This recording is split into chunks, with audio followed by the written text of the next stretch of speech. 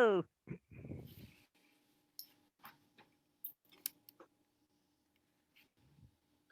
Hey, Karen, welcome back.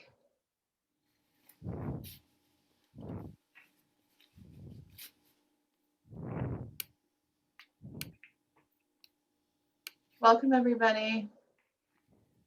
Hello, everybody. Let us know where you're joining us from.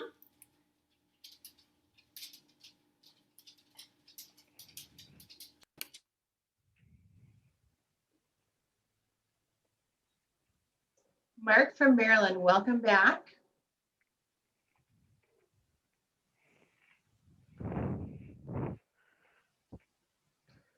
Hi, Sherry. Welcome. Hi, Sherry. Thanks for joining us.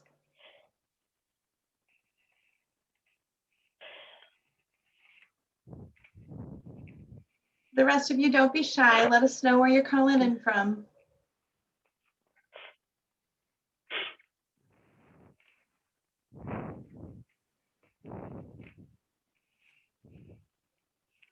Detroit and North Carolina. Let us know too if you're going to be cooking along with us or cooking after.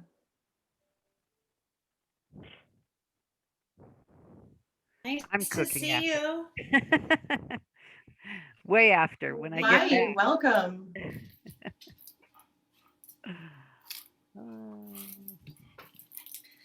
Well, our own Candace is going to be cooking along with the presentation today, so yes, we're going to get to see her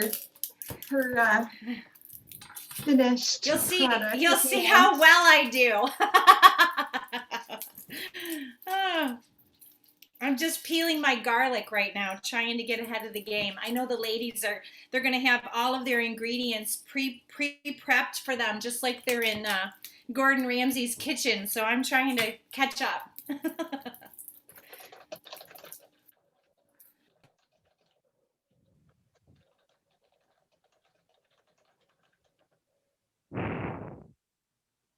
Plymouth, Michigan's in the house.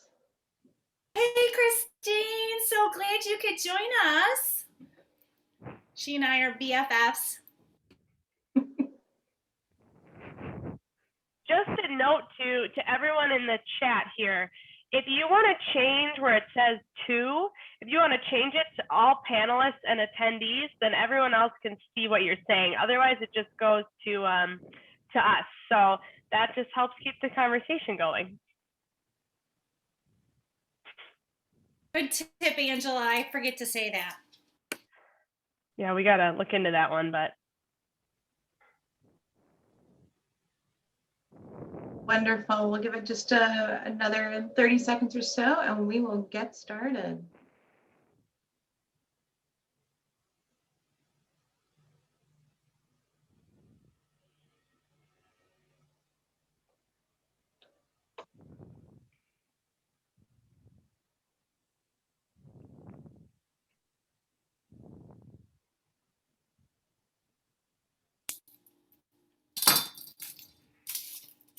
So have you tried this recipe before? Heidi, you said you were going to cook afterwards. Did you? No, I just looked it over and it looks like something I would like when I am eating normally because I'm not eating normally right now. Oh, that's right. You're observing the Lenten season. Yep. You're without the meat. I know we normally are, but all things Orthodox right now. I'm, going off the reservation. It's all good. All right, ladies and gentlemen, let's get started. Welcome to today's cooking class and visit to Morocco. I don't know about you guys, but when I see pictures like this for Morocco, after the kind of doom and gloom that we've had for the last year, to see these vibrant colors really is just fantastic. It really breathes life back into things, and it's spring. So, we're on to bigger and better things for this year. For those of you who are joining us for the first time, welcome. For those of you who have come back and are joining us for one of our many virtual vacations, we welcome you back and hope to actually be able to travel with all of you in person, hopefully in the near future. So as we continue, Eat, Drink, Travel started last April. You know, we were all told it was just going to be 2 weeks to flatten the curve, and if we all did everything we needed to, we'd be back up and operating as normal. Obviously, that was not the case because we're still, depending on where you are within the country, under different travel restrictions or restrictions in general. So this started as a way to keep people inspired, stay away from the doom and gloom, offer something to look forward to. And that was really how Eat, Drink, Travel was formed. I'm Maria Stephanopoulos. I'm in the greater Tampa Bay area. We also have Susan Schaefer from Ships and Travel, and she's in the greater Tennessee, Columbia, Nashville area, who's unfortunately not able to join us today. We have Angela Isherwood, who's here with us from the Milwaukee area, Candace Stearns from Stay Balanced Travel in the Detroit area, and Heidi Thies from Benvenuto Travel Design in the Steamboat Springs, Colorado area. Ways you can connect with us, and we encourage you to do so. We have 2 different Facebook groups that you're welcome to join, both for Take a Virtual Vacation and Eat, Drink, Travel. We also have a YouTube channel where you can catch up on our past virtual vacations. And let me just correct that and say you can also in the Facebook groups. And you can meet with us in person. We've all started meetups in our local communities, and we will put our contact information along with where you can find us in the chat as we move forward. So to visit Morocco is like turning the pages of sublimated Persian manuscript, all embroidered with bright shapes and subtle lines. And as I said, with that first picture, you can just see the colors, the landscape. You have the difference between being by the coast, the water, in the mountains, or even in the desert. It's just an amazing destination. At this point, I'm going to stop sharing my screen, and I'm going to hand it over to Mariama, who is our guest presenter today from Explore Morocco, and she's going to share with us what an ideal itinerary would look like when visiting Morocco. Welcome, Mariama. Thank you so much for joining us. And everybody, just so you know, she is live in Morocco. Hi, everyone. Thank you so much, Maria, for the nice introduction. I am Mariama, the Business Development Manager at Experience Morocco here in Casablanca, saying hello to someone who said they were in North Carolina. We're almost on the same latitude as Casablanca, so we should have the same weather today. We are Maria's how can I say that, like local partners on the ground, and we partner with all the ladies here to design itineraries for Morocco and just offer amazing experiences and memories. What I would present today is one sample itinerary. Everything we do is fully customized, so that's just to give you a small idea about the things you could see and do in Morocco.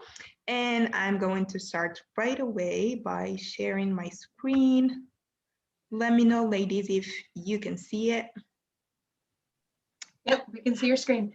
Perfect. So we will be looking at a very quick 1-week itinerary. I wish most of you could give us a little bit more time to visit, but I know it's typically 1 week in general. We're looking here at a map of Morocco. In case you don't know where we are exactly, we're very, very close to Europe. So a 30-minute ferry drive from southern Spain to Tangier, and a 6.5-hour to 7-hour flight from New York JFK. So we're pretty close. Like, people think of Africa as a very far continent, but we're pretty close to. We're pretty well centrally located, I would say. Only a few hours from Europe, a few hours from the west coast of the US, or the east coast to be more precise. So generally, you would arrive to Casablanca Airport, which is our point A on the map here. That's the biggest airport in Morocco. It has most of the, it's very well connected to the rest of the world. If you're flying through Europe, though, you might end up landing in Marrakesh. Marrakesh is very well connected to Europe. So if you're coming through Spain or through France, you might land in Marrakesh. But the typical itinerary for 1 week would be landing Casablanca, staying 1 night in either Casablanca or Rabat. Casablanca is the biggest city in Morocco. It's very well known for the movie, even though it's not really reflective of what Casablanca is like in reality. It's a very big, loud corporate city. I love living here, but from a tourist point of view, there isn't much to see. Well, there is a beautiful mosque, and there's a drink at Rick's Cafe if you're really a fan of the movie Casablanca. But that's it. So half a day or 1 night is more than enough. Then you go to Rabat, the capital of Morocco, that has more greenery and more history. Then generally you would go to Fez. After that, Fez is the cultural epicenter of Morocco. So if you're thinking the old Medina, like the small alleyways, and if you're thinking artisanry work, like the small Moroccan tiles or the woodwork or everything beautiful is generally in Fez. They have the best artisans, some of the best Moroccan cuisine, except for La Maison Arabe, which is where our school is located in Marrakesh. But generally Fez is very well known for the refined cuisine of Morocco. So you would spend 2 to 3 nights there, depending on how much time you have, just visiting the historical sites and wandering in the Medina. The Medina is the word for city in Arabic, and this is how we refer to the old part of the city in each Moroccan town. So typically you would have like the historical city surrounded by a wall, like a fortress. And then when the city started expanding, like they weren't able to fit any more houses inside. So we started building outside, and these became the new cities, and the Medina is the old city. So it has the biggest and oldest Medina in Morocco, more than 12 centuries old. And just the way of life and the architecture is still preserved until today. Your next stop after visiting Fez would generally be the Sahara Desert for that 1 night glamping experience in a luxury desert camp with the camel ride, the sunset when you arrive there over the dunes, then the sunrise the following morning. And you also get introduced to like a very different component of Moroccan culture there, because the nomads are still living in the Sahara Desert. They have their own way of life, their own cuisine, their own music. So you get to experience that for 1 night. And then your next stop is generally Marrakesh after that, most famous city in Morocco. But simply because the drive is very long, we would need to break up the drive and add like point E, have you spend a night somewhere in that area. So in terms of driving times, between Fez, C, and D, Merzouga, it's about 8 hours that you do in 1 day. So you would depart from Fez. If you were to travel in March, for example, you would see the snow, the forests, the sand dunes in 1 day, just in that drive. It's a very scenic drive. It's long, yes, but when we ask our guests after they arrived to Merzouga, was it worth it? Everyone says it was worth every second spent in that car. So that's the price for it, for the magic of the Sahara Desert. So after that, you would go to Marrakesh. Marrakesh is, as I said, the most famous city in Morocco. It has the best hotels, I mean, the best hospitality infrastructure in the country. Sorry. Also, 1 second, please.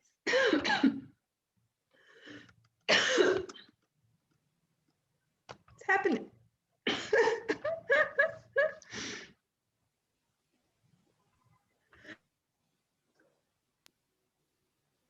Okay, it's allergy season. Here Yes, too. for us too. Thanks, so. No worries, no worries. And I just got a new carpet delivered to my home today, so it's probably that. Oh, yeah, I'm sorry. that could do So I it. was No, saying, that's yeah, okay. also, Take a sip of water. It's okay. Also, in terms of experiences and activities, the offer is just amazing. You can do DIY workshops with local artisans. You can do a small excursion to a nearby desert called the Agafay Desert for a desert-like experience because it's rocky, it doesn't have any sand dunes, but for those who don't have time to go to the real Sahara, it can be an option. You can go hiking just 1 hour outside of Marrakesh in the Atlas Mountains area. And just the Medina itself is so beautiful, and like the shopping experience, all the cute little shops. The main square of Marrakesh, which is unfortunately empty now, but that was my first picture. It's like an open theater with musicians and food stalls, and it's just a magical place. So Marrakesh, we would typically suggest, please, not less than 3 days, 3 nights. If you still have time, even 4 or 5 nights, you would still have plenty of things to discover and do there. So that's what a 1-week itinerary would typically look like. I'm just gonna walk you through a few pictures to explain a few things and a few words you will be hearing when you come to Morocco. So there is a word riad, R-I-A-D. A riad is a traditional Moroccan house. They all have this typical U-shaped architecture with a courtyard and a fountain in the center. And these riads, a few years back, used to be family homes where 3 or 4 generations of the same family would live. But unfortunately, like, we're not living the same way anymore. So these houses have been abandoned for a very, very long time, and they're so beautiful, very traditional and like palaces. And within the last, I would say 15 to 20 years, people started renovating them and transforming them into like luxury boutique hotels because they were just wasted in the Medinas. So if you come to Morocco, we really, really encourage you, if you want to try something authentic, like small size boutique, to go for riads at least 1 or twice. We do have beautiful hotel chains, chain hotels in Morocco, but I don't think it is comparable just to the intimacy and the experience, the authentic experience of a riad. So that's something you should keep in mind.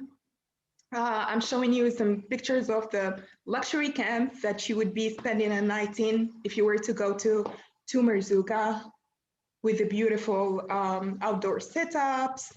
We're looking here at a very small mountain lodge on the way between the Sahara and Marrakesh, where we would have you just break up the drive and stay for 1 night. And we're getting now to La Maison Arabe, like our best and preferred partner. We've been working with them since Experience Morocco was born. What you should know about this beautiful riad in Marrakesh is that they also have a cooking school, which is the school we'll be having the cooking workshop with today. It's also very, very famous in Marrakesh because they have on property the first Moroccan restaurant of Marrakesh. So Moroccans aren't very known for going to a restaurant to eat Moroccan. That's normally something you eat at home, and you would go outside to try other specialities and other types of food. But La Maison Arabe was the very first Moroccan restaurant opening in Marrakesh in the 20s. The food is just amazing. And I will hand it over back to Maria now to introduce Hasna so that we can start working on your first tagine, maybe, not your last, hopefully. And we'll make sure to have you experience this cooking class in person when you decide to come. Thank you so much for giving us that overview. And we did have a question about with what you were showing us. And everybody, please know these are totally customizable. Mariama just gave us a high-level overview of what you can see, do, and experience while there. We will be sending out, as usual, a copy of an itinerary for you. And obviously, if you have any questions about what can be included, let us know. We're happy to go over all of that with you. And Miriam, there was another question in regards to pricing. So for just a taste of $1 per day for hotel accommodations and things like that, can you just provide that level of 4-star type accommodation pricing that you typically have for the client?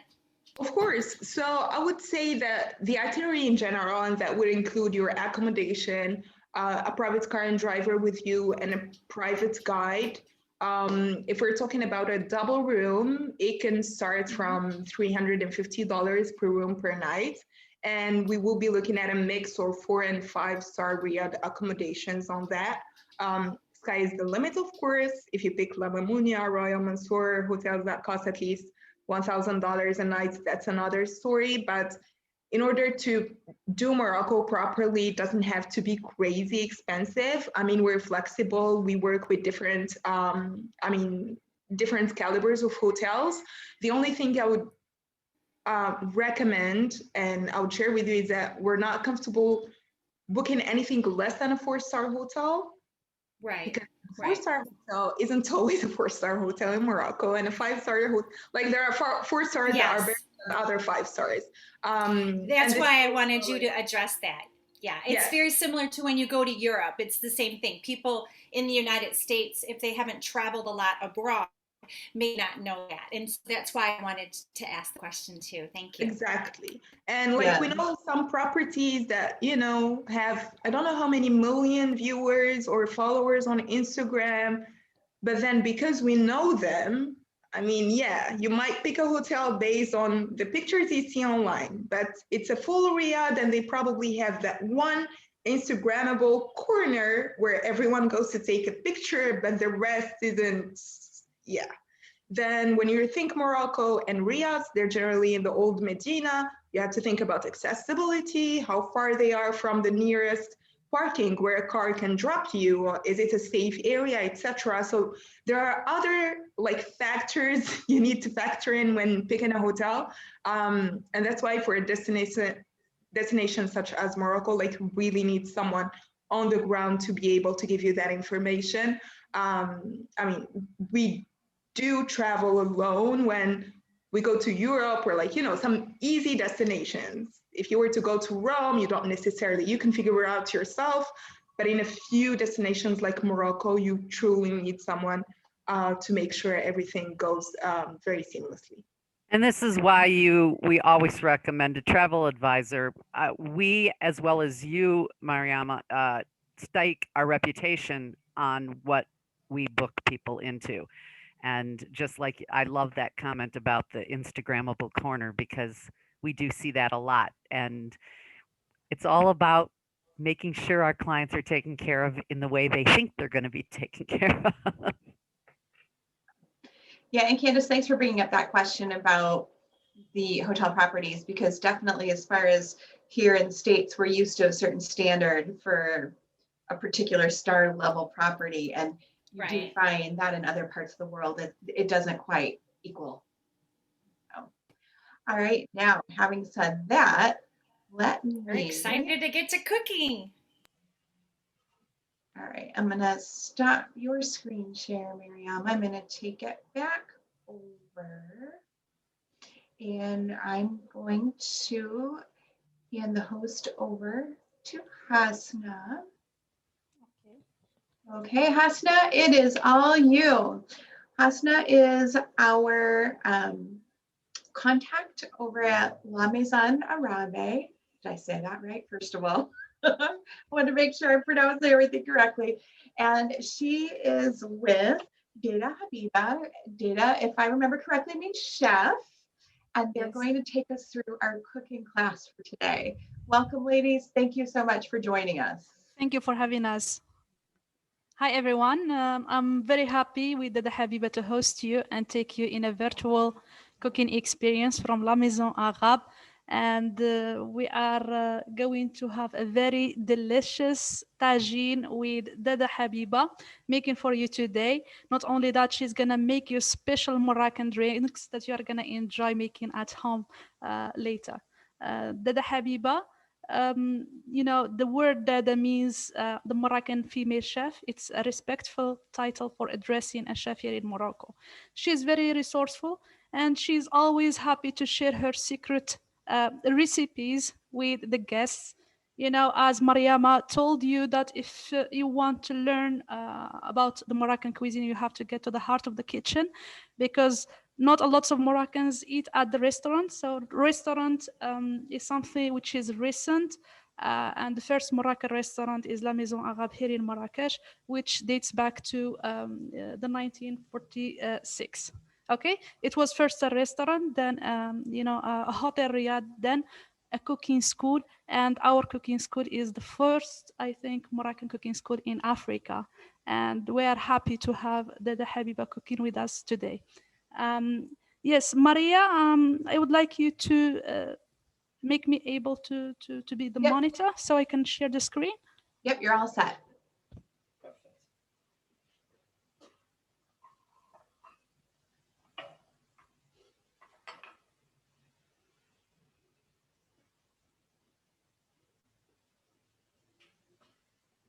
Perfect.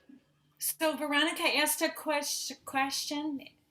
Is the Tangier part of Morocco? And I believe that's one of the cities that was on the itinerary. Very good question. So all what we call a tagine is introduced by the Berbers, and the Berbers are the first inhabitants of Morocco. Not only tagines, there is another famous dish that we call couscous. Not 5 minutes couscous. I mean the 2 hours, 3 hours making couscous, which maybe you'll have the chance to experience when you come to Morocco. Couscous is a special dish that we make for Fridays for a family gathering, since Friday here in Morocco is a religious you know, day. Tagine, it takes this format. It's like a round little pyramid. And whenever you want to cook in a tagine, you have to take some precautions. The first precaution, you should soak it in water before you use it, which is very important. And the second important precaution is using a metal diffuser. So a tagine is made of clay. You should never put it directly on the heat, otherwise it's gonna dry and it's gonna break quickly. Not only that, the food is gonna stick to the bottom of the tagine in case you put it directly on the heat. Tagine is the name of the pot, but we make a lots of things, lots of recipes that you can make in this pot.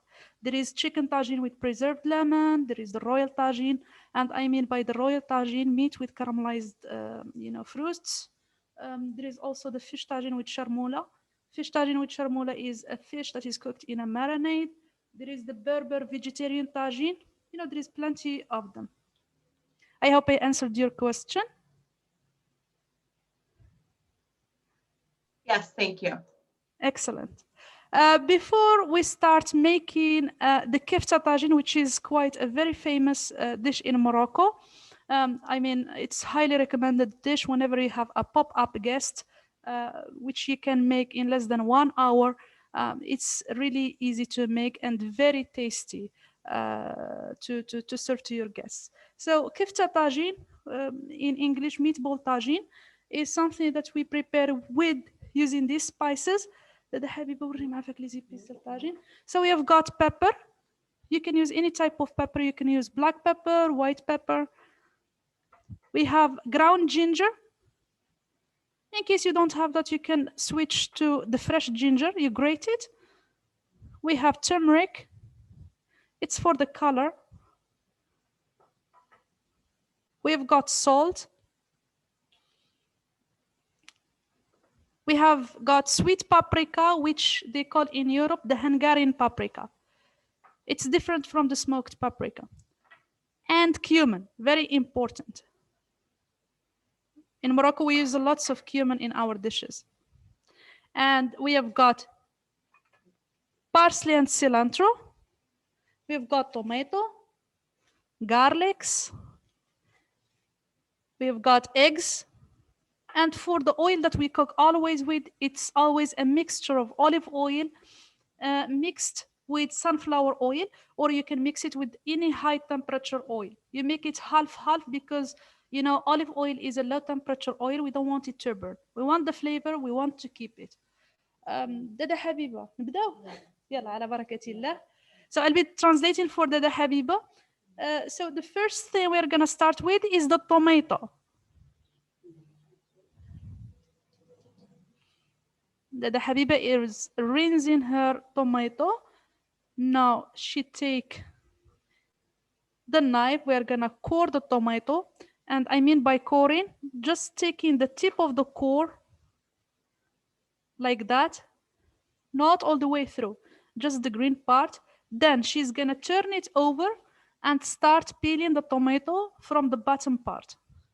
If you have any easier way to do it, like put it in boiling water, you can do that. Here in Morocco, most of the time we try to peel it fresh.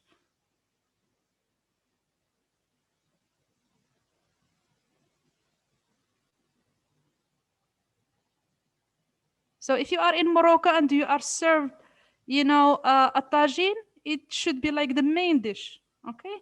And they serve you appetizers with that. Dada Habiba. Now, Dada Habiba, and please, if we are ahead in time, you can tell us to wait for you, no rush.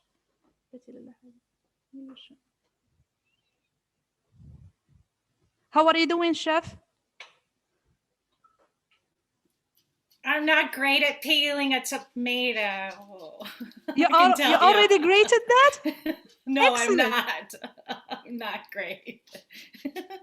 I do the boiling method, and I guess I didn't read. That's okay. No problem. I mean, you can grate it. You can just chop it until it becomes like a tomato puree. I mean, be at ease.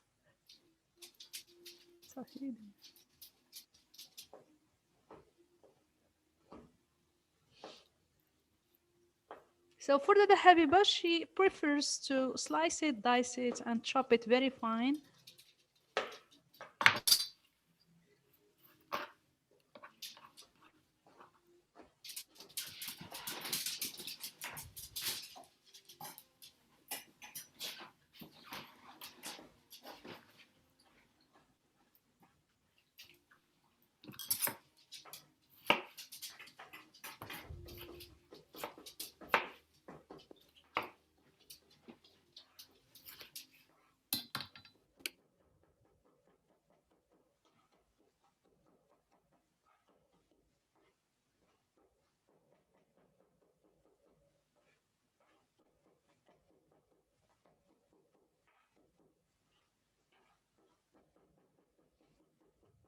Whenever the Habiba is working, you always see her with a smile because she tends to put all of her love to the dish she is making.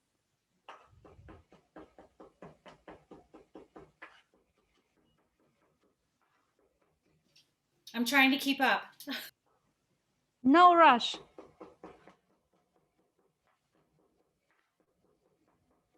You'll be our ambassadors, ladies. Spread that the Moroccan cuisine is delicious. Definitely will. I'm going to take some liberties and not peel the tomato.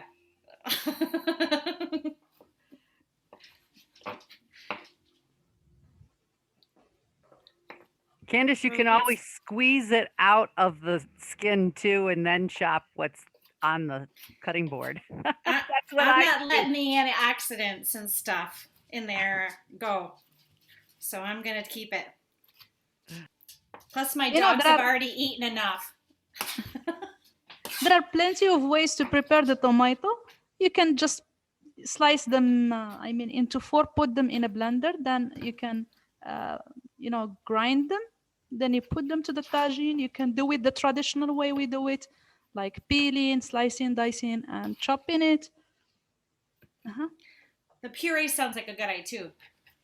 Yes.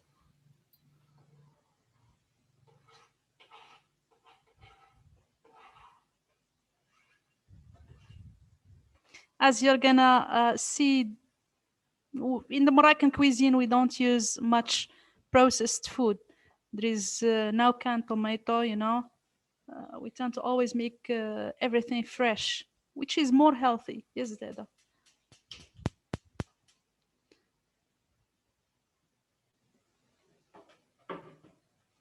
By the way, I mean, if you don't have a tagine pot like what we have here, you can switch to le creuset, the French ceramic pot. It's a good replacement to a tagine, or you can use, you know, cast iron, any heavy pot. The I have a purpose of cast iron tonight or today. okay, perfect. So what we want is a heavy pot, so it gives us a very slow mode of cooking. And why the tagine takes the shape of a pyramid shape, it's not just like that. It has a reason. And as you see, there is a little hole on top of the tagine, but it's not an open hole. It's closed. You know, it's a way to preserve the water that you have in the tagine. So usually when the vapor goes up, it shouldn't be absorbed by the clay. So what we do, we fill this little hole with water to keep the top moist. So if the water that you have in the tagine, it goes up, it falls down. So you have the sauce preserved. Okay, I have a funny thing to interject here. Yes, go ahead. I in a home I moved into a number of years ago, in the basement, there was one of these tangines. Is that how Oh, you? nice. But I didn't know what it was until today. And I looked at it and I thought, now what on earth is this for? Because it was clearly different from, I'm actually a ceramics artist and I could not figure out, it wasn't quite a casserole and all of that. And now I know what it is and I'm so excited. Now I can really make the recipe. What a coincidence. I'm happy for you. So it will be easy for you to try it at home the authentic way. Yes, I'm very excited. Can we see what her tomatoes look like? I just want to make sure I'm doing it good.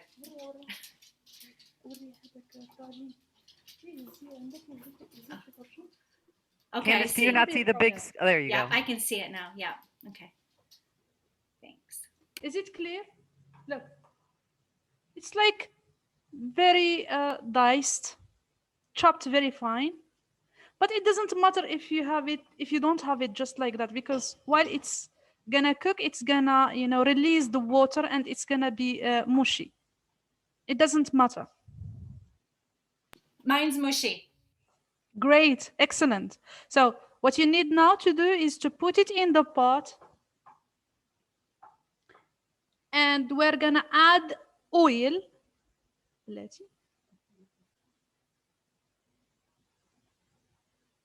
So for the oil, we have such big wooden spoons, which equals 2 tablespoons. Okay? So what you need to add is 2 tablespoons of oil to the tomato. And you said we should mix the olive oil with like an avocado oil or something with a higher temp range? Exactly. Whatever you have as high temperature oil. Grape seeds oil, sunflower oil, vegetable oil. Yeah, I whatever have you avocados. So. Go ahead. Yes, you can use that. Excellent. Once you put the oil, you mix the oil and the tomato.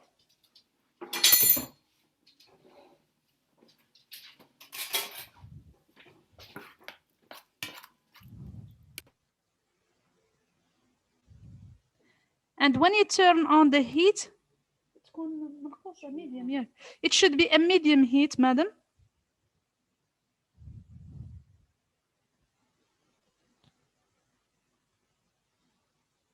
Got it. Great, excellent. Now, I already heard you peeling the garlic. This is the next step. Yep, now, I got that. Excellent. Dada Habiba, you know, has an interesting way of preparing her garlic. She smashes it with the big knife. You know, she crushes it take easily the peel of the garlic, then she's gonna chop her garlic very fine.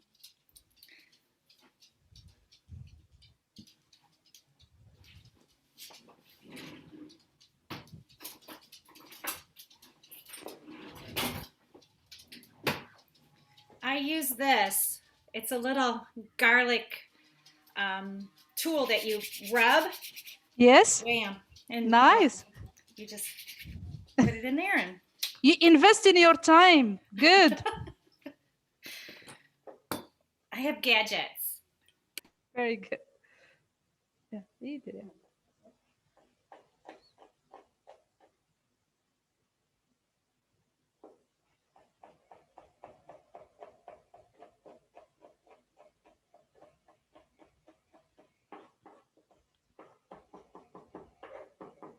You know, before the 40s, if you come to Morocco and you want to eat a similar dish, there were no restaurants outside, and there should be a Moroccan family inviting you to their house to try, the food and the historical reasons why, there wasn't restaurants. The Moroccan society was like a patriarchal society. Work was divided. Men should work outside, and the housework should be done by women. So all of the cooking secrets and recipes were kept by women until the 40s, when two French ladies came to Marrakesh to, start the first Moroccan restaurant. Their name is Sibillon La Rochette. They founded the restaurant, and when they were looking for a chef, they couldn't find, because there was no male chef who can cook Moroccan food. Then they were looking, thirstily to find a chef to work at the restaurant. By the help of the Pasha, the Pasha means the commander of Marrakesh at that time, he gave them one of his best dadas to work at the restaurant, which he, had in his palace.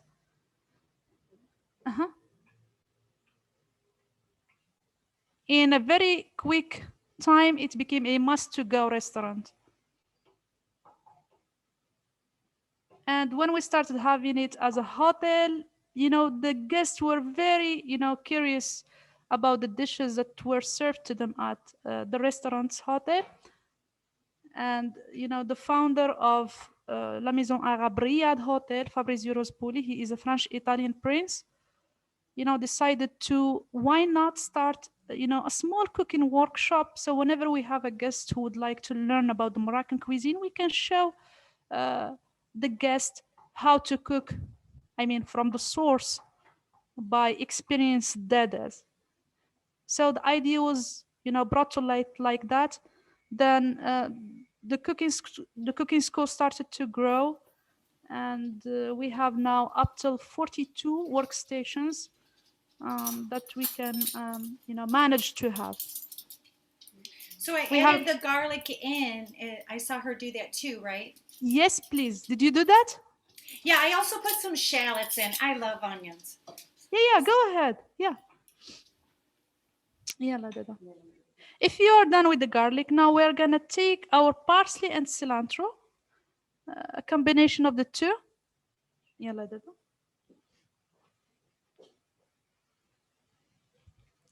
Yalla means let's do that in Arabic. Yalla, let's do that. Let's go. Not only one meaning, different meanings. Yalla dada, let's do that.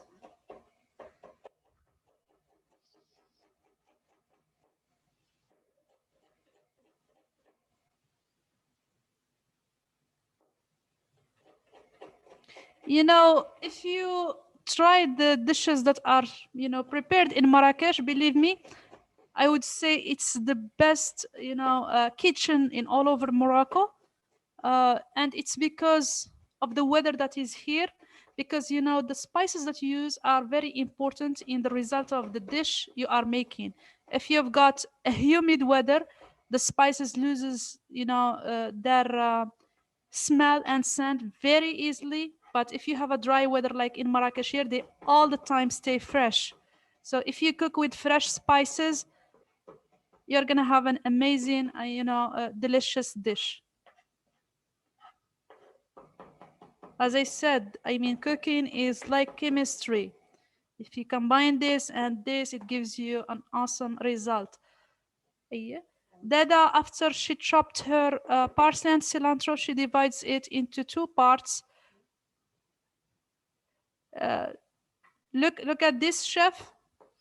After she chopped her parsley and cilantro, she divided it into two parts.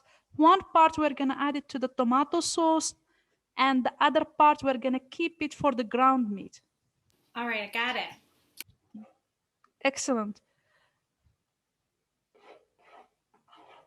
I can smell the parsley and the cilantro. It smells amazing. I'm With the sure garlic. some people are anti cilantro because it tastes like soap to them. Yes. It doesn't for me, but you don't have to put it in. Yes, you can skip that. It doesn't make a big change. I wish this was smell-o-vision. Oh, I could so be there right now. I would be loving this. I am loving it, but I'd really love it if I was in person. We promise you this dish when you come to visit us. I I'm see there. a group trip to Morocco with Eat, Drink, Travel meetups. Yes. That's Oh, what I see. nice. Yes. We Mhm. should do that. Our Well, group, are you all of you attendees, make sure you put that in the chat of your various meetup groups, and let's see if we can drum up some interest, and maybe we'll put a group trip together, a pre-planned group trip. ندير العطرية. Okay, chefs, we're gonna add spices now. Let's see with the Dada what are the spices. Yalla Dada. Okay, for the pepper, she's gonna add 1/4 teaspoon pepper. The tip of the teaspoon. You can add less if you don't like it spicy. If you can add more if you like it spicy. But the moderate amount is 1/4 teaspoon.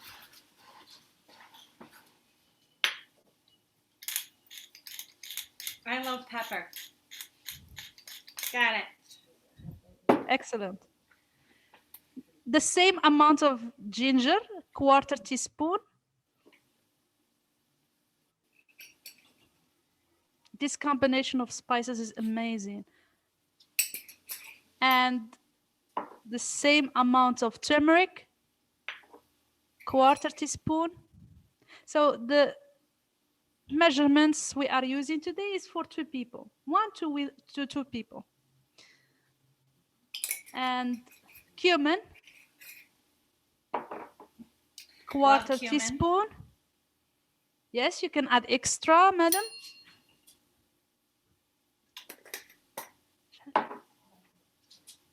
Quarter teaspoon paprika. I have smoked paprika. It's wonderful. Yeah, go ahead.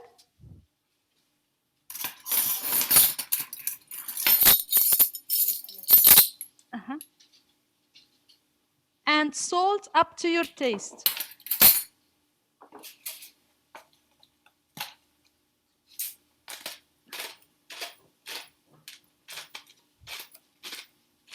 Dada added a 1/4 teaspoon of salt, but you can add extra salt if you like it salty. Then she mixes everything. I have it all in my little cup. You probably can't see it. And then put it in? Sorry, what is it? And just put it in, right? Excuse me, Just what? Add it. You just add it, correct? We added salt now. Okay. So, yeah, I'm gonna repeat the ingredients we added. So we started by the tomato, we added oil, garlic, parsley and cilantro. And for the spices, we have got 6 spices. We've got pepper, ginger, turmeric, cumin, paprika, and salt. So these are all the ingredients we have up till now in the tagine. Dada Habiba is closing the tagine. She's putting the top of the tagine.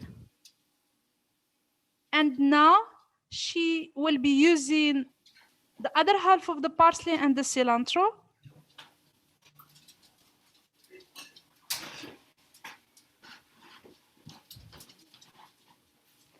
Along with the ground meat. So this is an important step.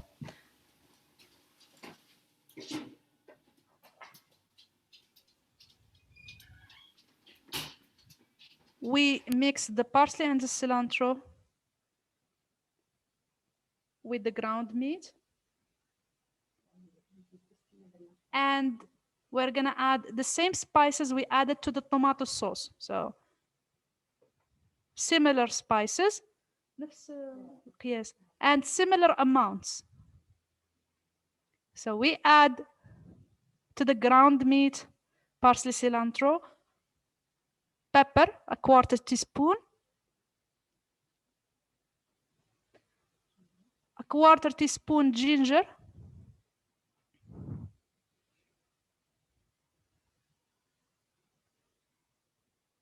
quarter teaspoon turmeric,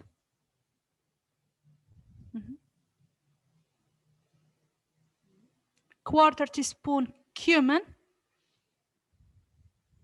You can always add extra cumin if you like, and quarter teaspoon paprika,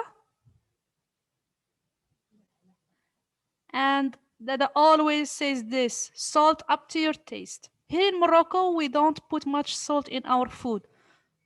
Our food is not salty and not spicy. It's mild. Dada Habiba is like kneading, the spices with the ground meat and the parsley and the cilantro. She makes sure everything is very well mixed. It makes it a very delicious mixture. You can, be creative, like put it on the grill, like kebab, and add, the sauce as a side thing to dip it in. Today we're gonna stick to the authentic recipe, There is always ideas that pops up while making something. Now we're gonna make little bullet out of the ground meat.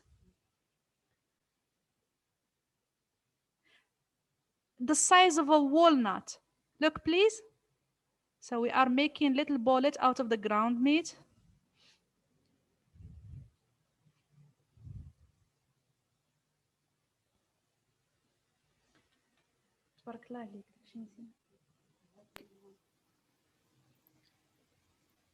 Size of a walnut, you said?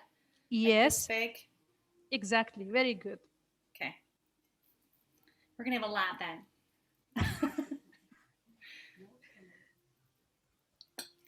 I tend to make things big. I'm not from Texas, but it's still pretty big. Okay. You're going to love it today. Believe me. Yes. My husband's going to love it. He just popped his head in. And I'm like, not yet. Oh, nice. It's going to be like a Moroccan lunch.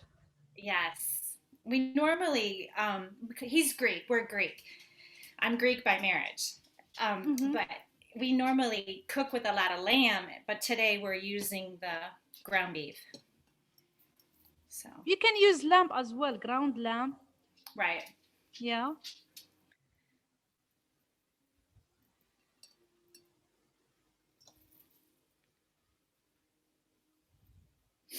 So it's going to really produce a lot of these. That's good.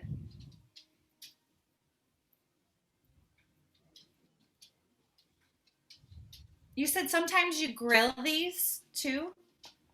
This is something like you can be creative, not authentic, not traditional, but you can be creative to put them on the grill. Okay. Yes. She's faster than me. She has Go like ahead. 30 years of experience, Yeah. but she is very patient. Believe me, she is very patient, and she gives you all the time you need to make it.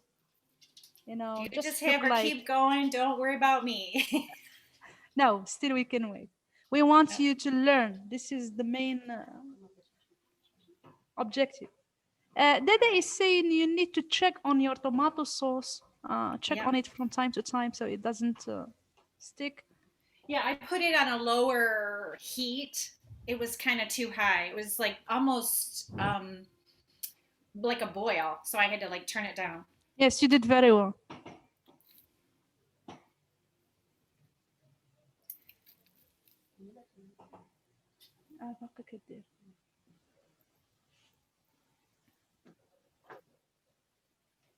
All right.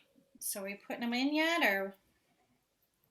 Yes, time to put them in if you are ready. Yalla, Dede. Okay. Dede is gonna do that now. So for her, she uses the shape of the tagine to make little circles. So here in Morocco, it's part of the traditions that most of us still eat from the same dish. I mean, if you are a family of 2 or 4 or 5, we share the same, pot. So Dede Habiba is making sure that every one is having some meat in front of them. And also part of our eating habits that we eat with bread and with the right hand. For the right hand, it has Islamic religious reasons, and with the 3 fingers. And you don't have to eat from somebody's part, but you eat just from the part that is in front of you. So just a few hints about the culture here. And we always say in the name of Allah, we say Bismillah when we start eating something.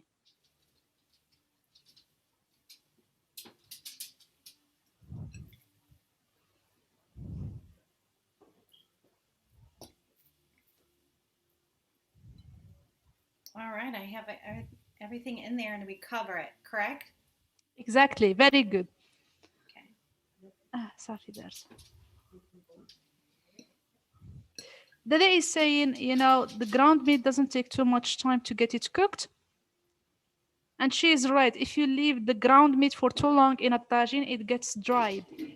It's similar for the ground meat. It's similar to chicken. If you overcook it, it gets dried. Dede Habiba is trying to turn over the little bullets of the ground meat in a gentle way. In a gentle way, not to break the shape of the bullet. Is it clear? Yes, it is. Very good. Mine's not cooking as fast, so we'll just wait. Keep So, doing your Candace, thing. Candace, you said that you were using more meat for yours, correct? I was using more meat. Well, I thought I heard you say that you had more meat than. I do. But I'm only cooking small little walnut shells, like shell size. But you were mixing like a pound worth, right? Yeah, that's the thing. That's okay, because we've had some people asking about using more meat with it, so they're just gonna like double the recipe based on the amount of. Exactly, Maria. Yeah, whenever you Right. so for spices, if they double the amounts, I mean, for the rest of the ingredients, I mean, the meat, if you double the amount of, you make it like 1 kilo of meat, you have to add extra spices, but no more than like 1 teaspoon for the whole amount. Otherwise, it will be too much for the spices. So what Sure. matters here is the quantity of the spices. You can add as much meat as you want, but for the spices, you should be careful. So if you cook for up to 4 people, the amount of spices, it should be like a half teaspoon for the whole thing. But if you are cooking for up to like 6, 8, 10 people, it should be like 1 teaspoon. You make sure everything is very well seasoned. Thank you. You're welcome, Maria. Mhm. I don't have consistent size either, so. Dede Habiba is breaking, look, please. Okay. She's breaking an egg. She put it in a little bowl. You can do the same. she does this not to break the yellow, the Sure. yolk of the egg. So she does this one by one. And the same for the eggs. You can add as much eggs as you want. Is she only using the egg yolk? Now, the reason No. why she is using the bowl, it's not to break the egg yolk, but she Okay. is using whole egg. Whole egg. Okay. Just want to make sure. And then you put that in with it. You can place it in the middle, Okay. like one here, one here. You can be creative at this part. You can put it anywhere you would like. Got it.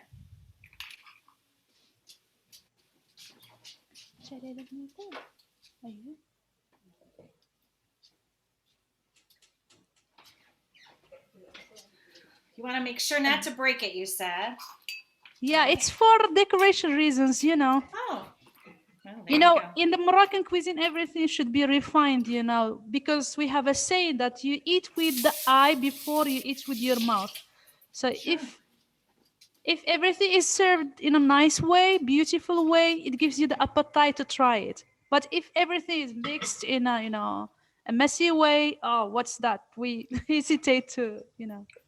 I think this is everywhere.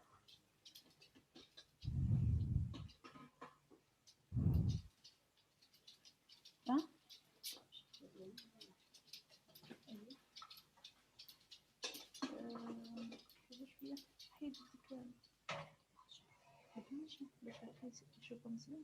So are you prepping something else? You know, while leaving the egg to cook with the ground meat, we're going to show you how to make a very delicious tea, which Oh. is called saffron tea. Okay. I'm going to tell you about it. But before jumping into this, I just would like to make sure for the eggs, it depends how do you like them to be. Very well cooked, half cooked. So if it is half cooked, please make sure you have them the right way you want. Here in Morocco, we tend to cook them very well.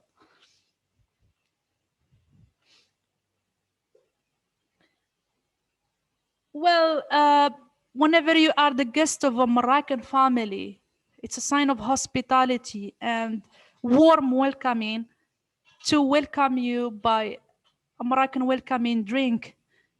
And the Moroccan welcoming drink is either mint tea, which is very popular. I would say it's the second main drink after water in Morocco, or saffron tea. Saffron tea, you don't hear about it a lot because it's something that is fancy. It's something that we serve only for special occasions, or when we are having like a very special guests like you ladies today and the other audience. So what you are going to witness today is a very luxurious Moroccan drink. Dada never forgets about something. She always check in on the thing she's preparing. So Dada Habiba is gonna add now some chopped parsley and cilantro on top of the eggs. So this is like her garnish for the tagine. You can chop like a teaspoon or a tablespoon of parsley and cilantro. And I think Dada, Safi Baraka. The tagine is ready, really tasty. It smells amazing. You can have it with some crusty bread, crispy bread, pita bread, whatever you have, baguette, whatever you have available in your kitchen. Yeah, mine smells fantastic. It's not quite ready yet, but it's getting close. You got to get your hubby in there to taste it when it's done and let us know how it is. Yes, we definitely will. I'll take a picture and post it in the meetup. I also have a Lebanese restaurant by us called Ike's, and I always get their fresh bread. So this will be what I use. Nice. What about if you open a Moroccan restaurant? We have Right. We do one need dish. one. We do extra cooking classes. You'll be a certified chef, then ready to go to launch the business. That'll be perfect. Yeah, you're I'll feeding all of invite my us. You know girlfriend that, right? Christine.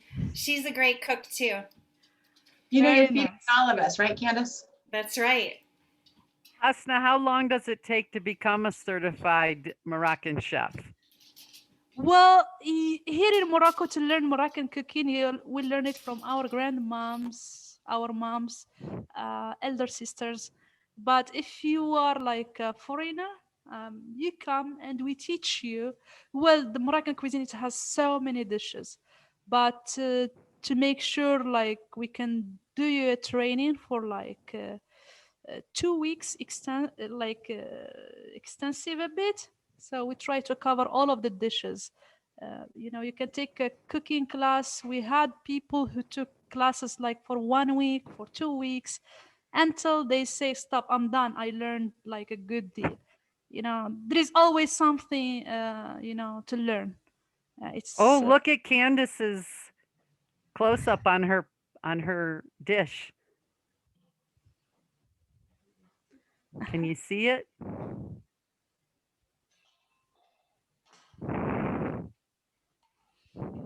No, I'm not seeing it. Yeah, I wanted to it- post it- it. I'll do it again. It was there and it went away. Well, Hasna, that sounds like an amazing bucket list item. And I would encourage anyone who is, I don't actually think I need to encourage people at this point, but if it's something that's on your bucket list, get going. Now's the time. Wonderful. We'll be very happy to teach you, ladies. Well, Dada Habiba wants to show you how she makes the saffron tea.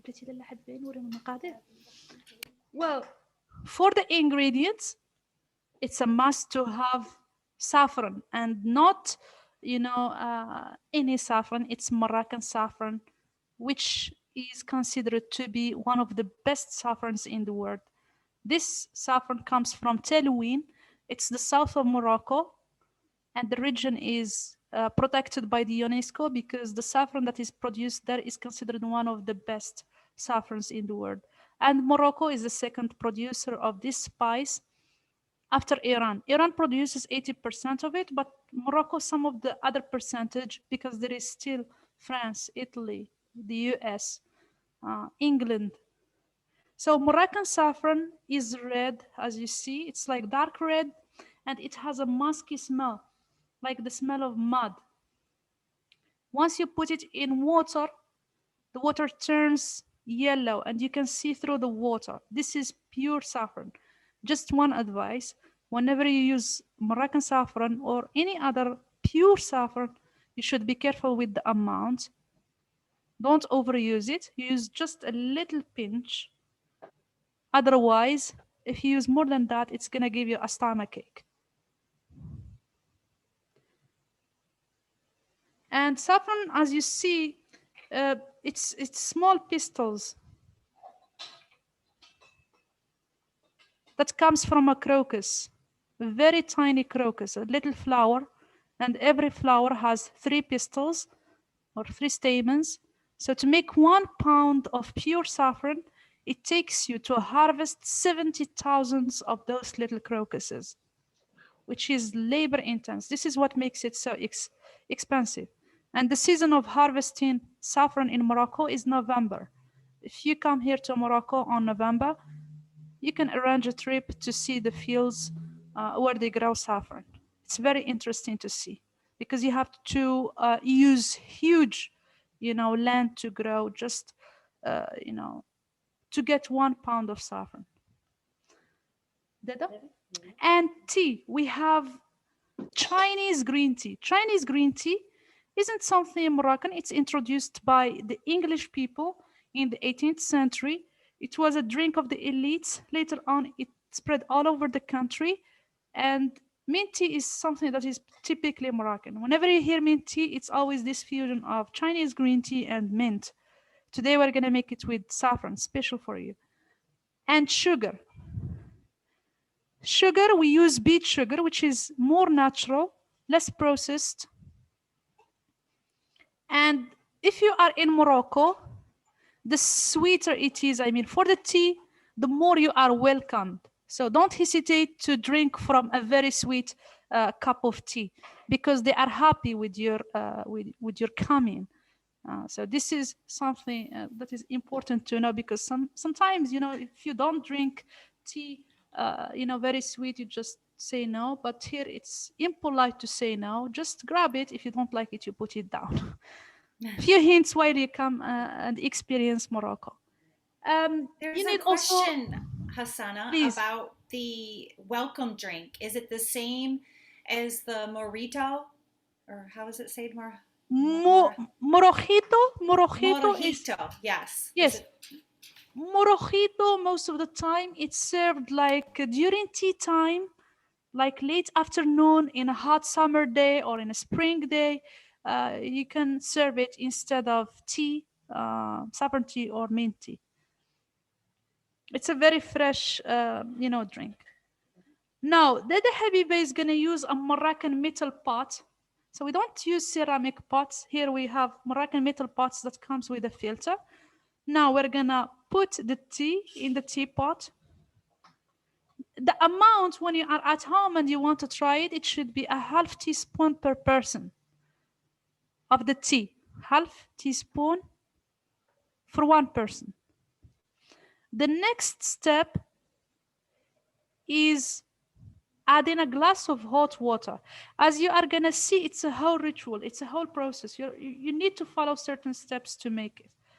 After you add the hot glass of water to the tea, we're going to keep the teapot still. Don't move it for like a minute. We try to infuse the tea leaves in the hot water and get the first essence of the tea, the first flavor.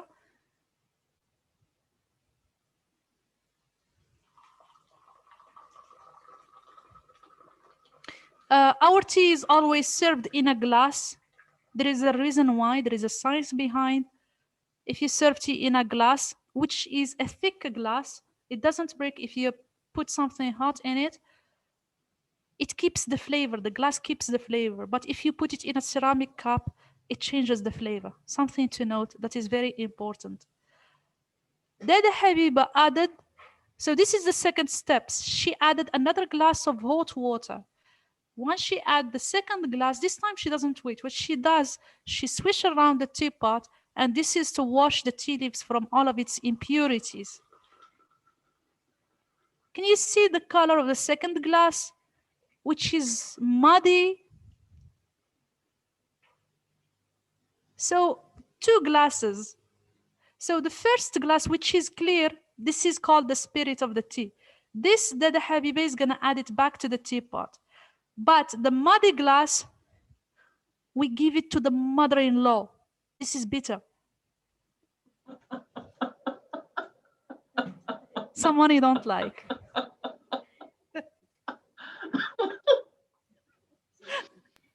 You like that, Maria? yeah, that's good. We put the first glass and we fill the teapot with the water.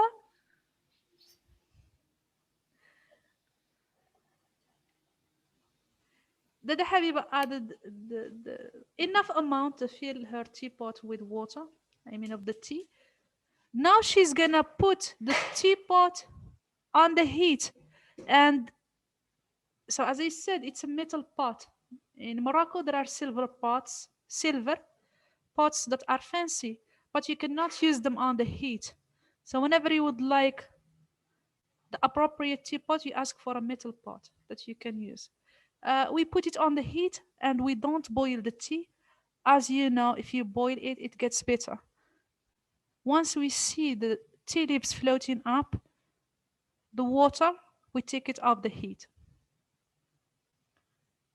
By the way, tea making is not something done by women. So back in history, it's the men who makes the tea. Easy things. And he is the one who hosts the guests. It's not the women. and it's done as a ceremony. He sit in the sitting room. The wife brings him some charcoal with boiling water, the setup we have here, and he keeps chatting with the guests he has, and at the same time he makes tea for them. Dada Habiba is putting a little pinch of saffron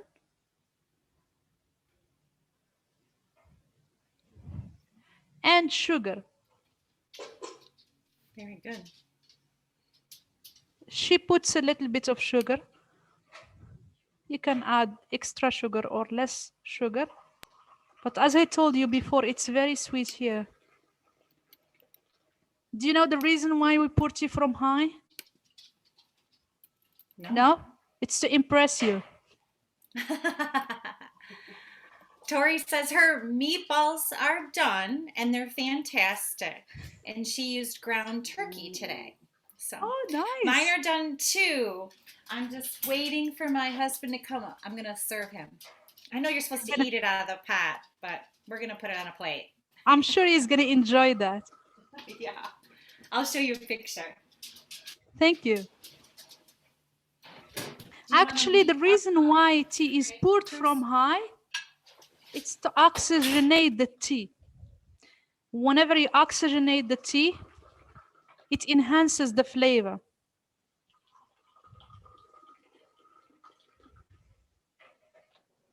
And Dada is, virtually serving you this very delicious drink. Thank you, Dada. Shukran. Thank you. Shukran is in Arabic, thank you, shukran.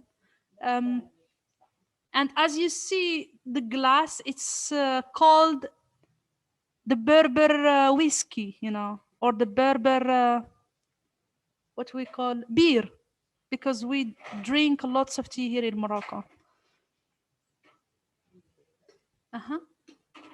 دابا نديرو مروخيتو ايه.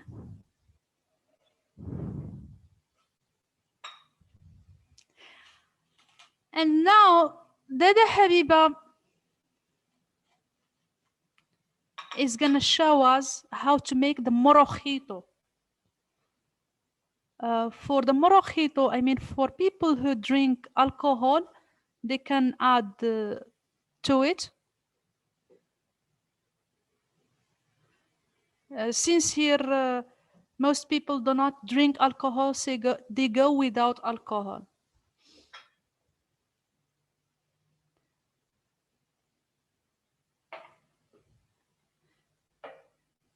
Let me introduce you to the ingredients that the Habiba will be using for the morojito. I think the ingredients are available everywhere, and believe me, it's a very delicious and fresh drink. So what we have got here, we have got pineapple juice, we've got mint syrup, we've got fresh mint leaves, and a lemon. But it's made of lime. Something very important to know. We make it with lime, but it's not the season here in Morocco, so we couldn't find it. We are using a lemon, but if you have lime available, you can use lime instead.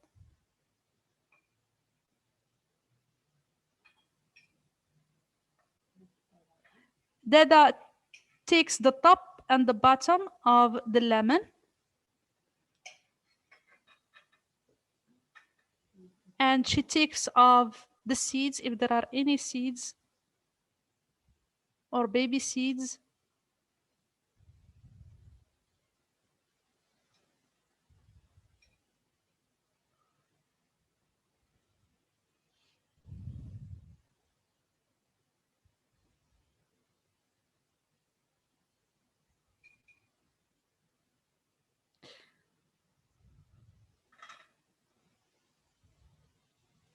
She takes off the white part that are in the middle, and she dig with the head of the knife, if there are any seeds, baby seeds.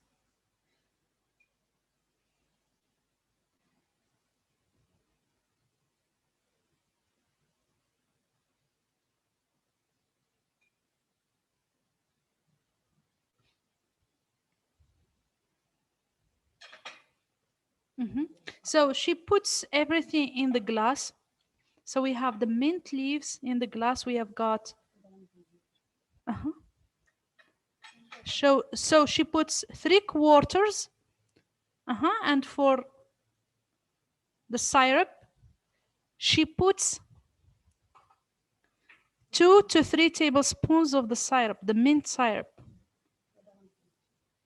And she pours apple juice, pineapple juice. And now she's gonna grind it. She's gonna put it in the mixer.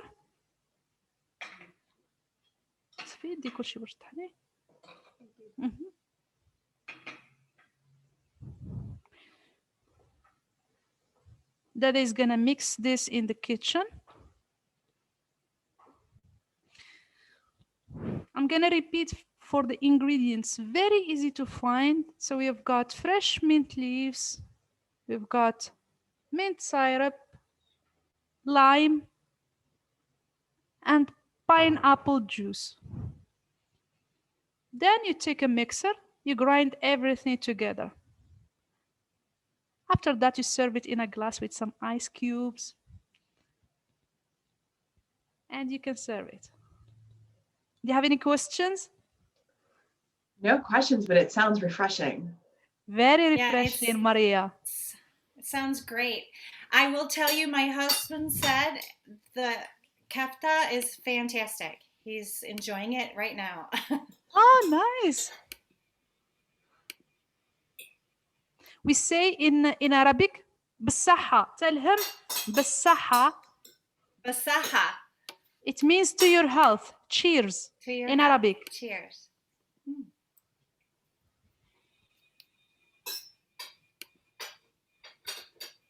By the way, also for the saffron tea, you remember to step when we added the little pinch of pure saffron? You can add a bunch of fresh mint to the tea instead of pure saffron. Skip the saffron, add a bunch of fresh mint. Crush the mint and add it to the tea, and then you have mint tea. It's made the same way with the same process. And if you would like extra recipes for time constraints, we cannot show you everything today. Feel free to email us for extra dishes that you would like to learn. We will be happy to share it with you. Great. Well, Thank you you know, for though, everything. since Morocco's open, I think we need to go taste it in person. I think we do. And I'm trying it right now, my recipe, but it's fantastic. I think we need to plan something for the beginning of November so we can be there for the saffron harvest. Oh, great idea. Oh, nice. So if you all will, whatever channel you came to us through, be it a meetup group, Facebook group, a website, an email, get your thoughts on whether you'd like to join an eat, drink, and travel group to Morocco in November of this year. And we'll make it happen if that's something you all want to do. All right, Candace. I know you're still got a mouthful, but you gotta let us know. How is it? It is fantastic. Fantastic. Excellent, chef.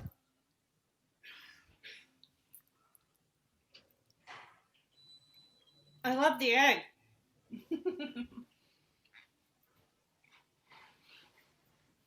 Great job, Candace. Thanks, Angela. Our Dada is coming. Hi, Dada. Yeah. Oh, that looks good. Oh, yum. Really, Oh my gosh. really nice. I wish I would have Look got at that this. ingredients for that. So refreshing looking. Oh my goodness. Well, yeah, especially like for everybody down here in Florida, we're having mid 80 temperatures already. So this is a perfect afternoon drink. Bravo, Beautiful. Dada.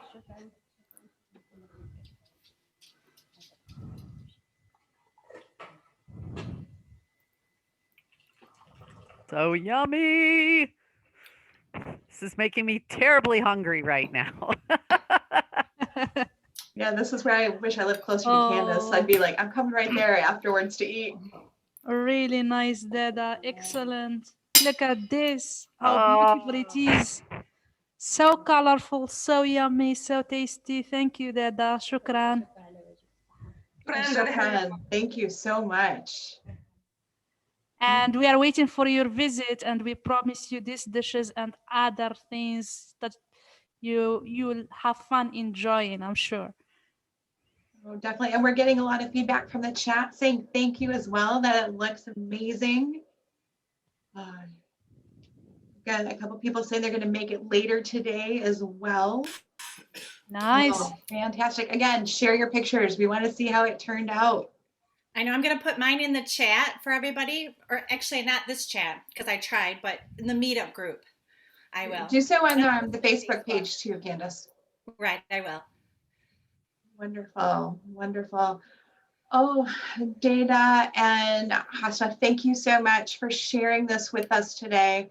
We truly appreciate it. We know you're going to enjoy lunch and just, well, I guess maybe an appetizer before dinner. I keep forgetting about the time difference from here in the States.